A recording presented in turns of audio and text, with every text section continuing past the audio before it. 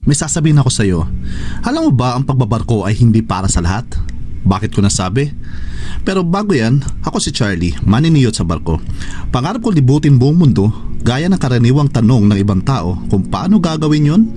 Lalo na ako, di ko pa alam. Okay, tanungin kita. Kaya bang iwanan mahal mo sa buhay? Kapalit ng matatayog na pangarap? Kung may separation anxiety ka, mas pinahirap. Kaya mo ba labanan ng kalungkutan at ang mga luha na kusang lumalabas? May aso ka ba? Handa mo ba siyang iwan? Honestly, sobrang hirap. Kaya saludo ako sa mga taong mandaragat na nagtataguyod para sa pamilya. Kaya mo bang mawala sa mga mahalagang kaganapan sa buhay ng mahal mo sa buhay? Gaya na lamang ng birthday, anibersaryo, graduation at iba pa.